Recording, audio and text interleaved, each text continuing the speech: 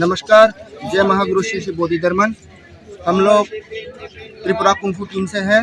आज लखनऊ जा रहे हैं।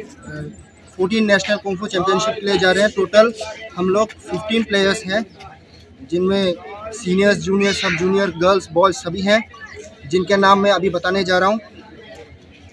सिद्धार्थ देबबर्मा, एडविन देबबर्मा, अमचाई देबबर्मा, आहानी देबबर्मा, दिया दे, संचिता देवनाथ, स्वरूपा शील, चंदुमिता रॉय, शियारी देबबर्मा, जोसेफ देबबर्मा, अमित देबबर्मा, साहिल देबबर्मा, आगोश देबबर्मा, सुदीप भौमिक, समरेश देबबर्मा। हम सब नेशनल के लिए जा रहे हैं अभी। और इससे पहले हमने सिलेक्शन मीट भी खेला था, जिनमें हम सब ने सिलेक्शन में पार किया है, हमने सिलेक्ट पाया है।